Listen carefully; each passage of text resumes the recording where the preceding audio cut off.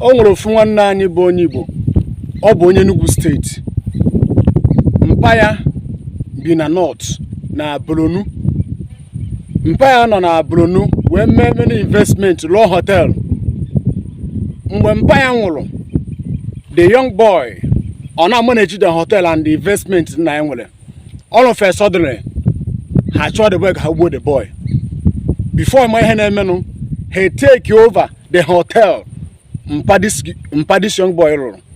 All the investment in North and North, all of them, onwere nke that young boy ji aka, mana mpa ya nwụgo. Now, kedu ihe m chọrọ ikwu? Mpa ya bụ onye Enugu steeti, jee mee investment na North, na Borno. Ọ bụ na mpa ya mere this investment na Anambra, ọ no mere investment na Imo State, ọ na-abịa. Ihe dị otu agara eme nwa ya. Ngwa nle kịta, this man agbago mbọ, taa free na ọtara, jiri ike nwe ikorobịa onwere, wele mee investment. Wele go niile onwere, wele spend ye mee investment na North. But right now, ọ chụrụ nwa nwoke. Ndị ugwu chụrụ nwa nwoke ka o gbuo nwa nwoke ahụ. Nwa nwoke agbafọrọ ọsọ ndụ ya. Nwa nwoke ahụ hapụ property nna ya niile gbaa ọsọ ndụ ya. Ngwa right now, all the property niile mpa ya nwere esizigo.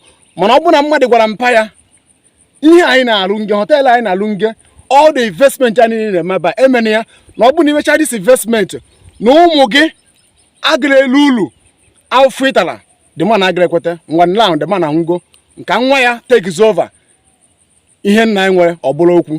Otu a ka ọ ga-adịrị so many people na-ege m ntị right now. Ndị niile anyị fụrụ lụrụ ụlọ, lụọ hotel, nwee many investment outside an Igbo. Otu a ka ọ ga-esi dịrị ụmụ ụnụ in future. Ma ọ bụ na ụnụ emere ihe kwesịrị ụnụ ga-eme right now. Ọ bụ na ụnụ emere ihe kwesịrị ụnụ ga-eme right now. Otu a ka o nwere ike ịdịrị ụmụ gị, because ị nwere 100% sure na hotel niile ahụ ịlụgole, your investment niile ime na outside an Igbo, ị nwere 100% sure na ụmụ gị ọ na ụmụ gị ga-enwere the thing.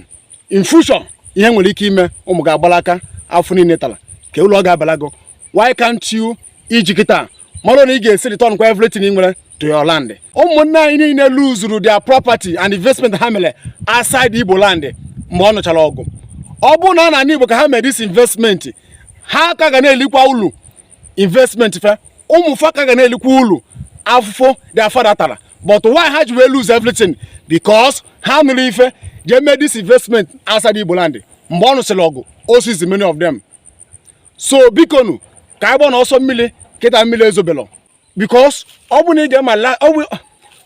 ị ga-evidio mme before ekwuru m wee sị na onye Igbo ọbụla mere investment na outside an Igbo 50-50, ị nwere 100% sure na ụmụ gị ga-live peace in that land in future.